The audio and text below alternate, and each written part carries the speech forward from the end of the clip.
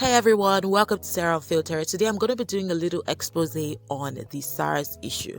Basically, I got to talk to some people and ask them to share my SARS story. Now, you might not be in Nigeria and you're watching this video, and then you're going to be saying, what is SARS? What is SARS? I've been seeing it online. It's been trending worldwide. End SARS now, end SARS immediately, end police brutality, reform Nigerian police. Well, some people said SARS is a terrorist organization. SARS is not a terrorist organization. It is very weird. SARS is actually a police unit, a Nigerian police unit. It's the Special Anti-Robbery Squad. Now, these guys are supposed to wear mufti. They're supposed to not come out in uniforms, and they're supposed to catch thieves. Basically, when armed robbers are affecting a place, because in Nigeria, we used to have armed robbers, but these guys were supposed to do that. When armed robbers are affecting a place, or maybe cultists stole from somewhere, these are the guys that we're supposed to run to. Basically, the whole point of SARS is when people see them, when civilians see them, we're supposed to be happy, because that means that the executives are here to protect us. It means that police officers are here. But then the reverse is the case. When we see these guys, we get scared. Everybody gets scared, because they can kill you, they can shoot you, they can beat you, and nothing will happen. They make statements like, we can kill you now and nothing will happen. They've killed a lot of innocent people since 2018. People have been coming out with the hashtag EndSARS. People have been suffering in their hands. Everybody's tired. They're on the road just to extort, just to steal money from people, just to take money from people. And now you might not understand what we're saying, but picture a scenario where you're driving and you have something as little as an iPhone or an Apple laptop, a MacBook in your bag, or even any kind of laptop. And then these guys will stop you with maybe two cars, point a gun at you, call you a Yahoo boy. So now Yahoo boys are those online internet scammers, fraudsters who try to take money from white men or white women abroad, and that's their means of living, internet crime. So first off, we already have an Economic Financial Crimes Commission, EFCC, who are supposed to be doing this thing. SARS have no business with Yahoo boys. But let's say that they're actually catching Yahoo boys. The painful part is the actual Yahoo boys get on the road and absolutely nothing happens, because they just collect money. So they might say Yahoo boy on the road, they do illegal searching their cars, searching their phones, searching everything that they have, and in the end they ask them for money, and the Yahoo boys with money to spare give them money, and there's nothing there. But then it's the hardworking Nigerians like people like myself, who just have a dreadlocks, or who just have a tinted hair, or who just have an iPhone, or who just wear a crazy ripped jean, who is just trying to look good and urban. They're the ones that they attack. So I had to speak with some people, and they shared their own SARS story. So I'm going to be sharing these stories anonymously, of course. This one here says, when I was in school, Unilorin, Kwara State, it was Ramadan, so we decided to leave school to Ibadan to enjoy. We entered the bus, and on our way along Kwara to Oyo Road, SARS stopped us. They just picked the both of us because we were young. They picked us out of everybody in the bus. They asked us to get down because they wanted to search us. They searched our phones, searched our bags. They saw nothing until they saw our laptops. And as students, of course, we would have laptops. And we took it because we wanted to watch movies at my friend's parents' place. Then they asked us for the receipts, and we didn't have. Then they accused us of being thieves. They told our boss to leave us. We were in the middle of an interstate express road, in the middle of absolutely nowhere, because there were bushes everywhere. They had already stopped the lady before us because they said her offense was that she saw soap in her hand, and it looks like a traditional soap, and it's the soap they use to lure men for money or get them to do whatever they want them to do. Like, how does a woman's black soap in her bag cause you to I thought there was freedom of religion. So if she's a traditional worshiper and it's her charm, or it's just like holding a Bible, there's nothing there. Yet they arrested her. Now this is for people who claim or who think that SARS doesn't affect women. It affects everybody. Then I was trying to understand why I was being kept in a van for having a laptop, and they told me that they will hit their gun on my head if I don't stop talking, and they will shoot me. They kept talking. My friend was crying because he'd never seen that kind of thing before. They kept us in the van for a long time, kept calling us criminals. We even proposed calling someone at our hostel to send our receipts online, but they refused, saying, no, you're a thief. Don't tell us what to do. Then after some time, one of them called us and started acting like a saint. Then he told us that we should drop money or they'll carry us to the station. I was like, drop money for what? Later they asked for 10,000 naira. We told them we were students. We did not have that kind of money. Where were we going to get 10,000 naira from? At the end, they took 3,000 naira from us and told us to be going. But how would we go? Who would stop for us? Eventually, they stopped all those buses that carry cows coming from the north. And those ones asked us to pay and we had to pay. And then we left. The other lady was still in the car with them. I don't know what they did to her. The lady even had mind to stay with those kind of men because they were looking so evil. They were about 7 in a van. God will help us. These same guys, they saw us in a lorry one day and they still stressed us. Thank God we were with the lecturer with us and they couldn't ask for money that day.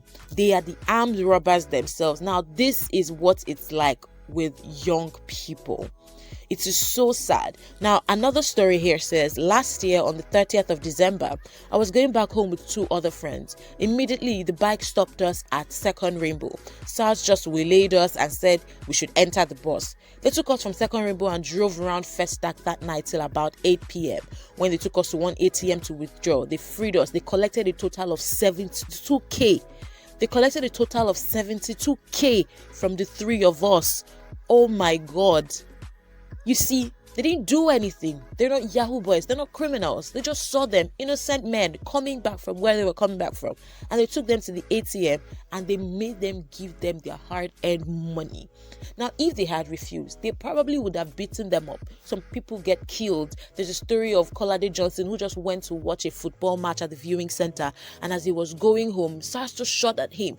We don't know if they were drunk. They just shot at him and they killed him. There's a story of a lady whose boyfriend had an issue with SARS and they were looking for the guy. They didn't see the guy. They went to his house, saw his girlfriend at home, took her to the station and they shot her and they killed her and she died. She was not even the issue. She had no issue with SARS. She was just dating a guy who had an issue with him. Nobody even knows if the guy was probably innocent. Now, these are the kind of issues we're seeing.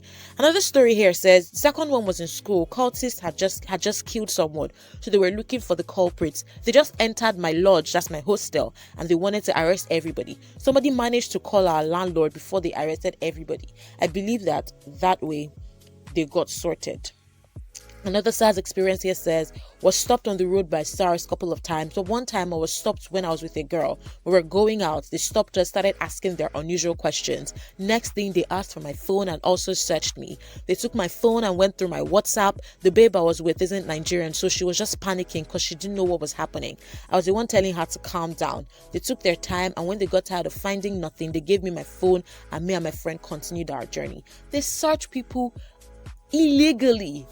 They don't have any right to search us. You don't have any right to search our cars. Another one says, I always delete my bank alerts in case a SARS operative goes through my phone, but they'll still force you to an ATM and ask you to call your friends to send you money if you have none. They are known for blatant robbery while backed by the law. Absolutely nothing more. Wow. This one says the government needs to take this seriously and act fast. This protest is becoming a nationwide protest, and if care is not taken, terrorists will hijack this protest.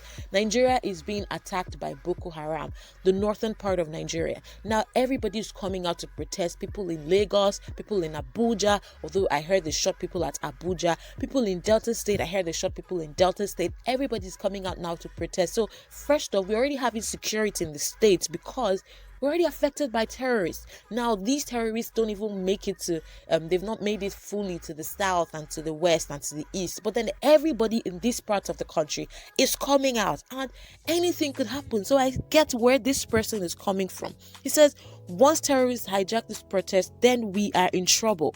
I find it very disturbing that we have an unruffled president who just sits. It beats my imagination. Things like this do not happen in saner climes. Look at Trump.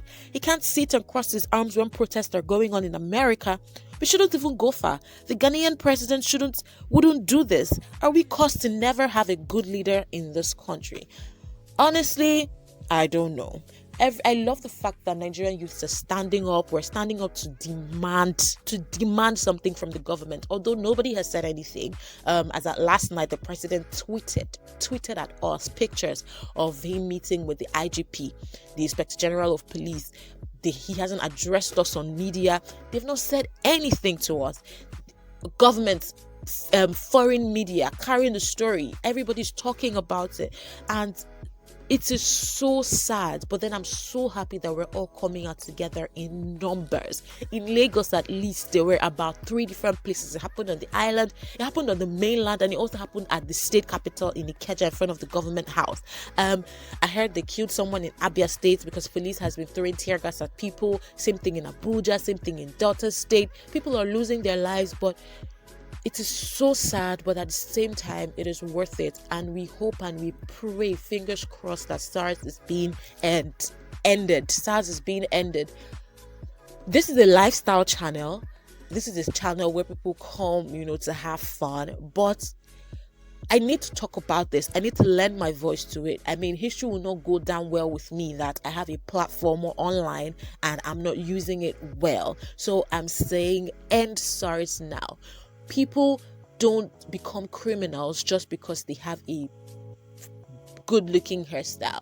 I was walking on the road recently and a man said, "Why won't SARS keep arresting you people when you tinted your hair?" Because I rock a purple short hair. And in my head, it's like, I'm not a criminal for having short hair. A man rocking this hair is not a criminal. Sometimes, a lot of people like me in our business, thank God they have a press ID card. That saved some people. But then there are other people who do not have press ID cards, and these are the issues we're talking about in this country. It is so sad, and I really hope and pray that the government does something about it, because SARS has to be ended. I don't know where they got their power from. I don't know how they did it, but SARS has to go. And that is all I can take today on this expose. And I've shared Nigerian sufferings and I've shared what we are going through. So I believe that if you're watching this video for the first time, then you know what SARS is, and join us to speak out about this. End SARS now.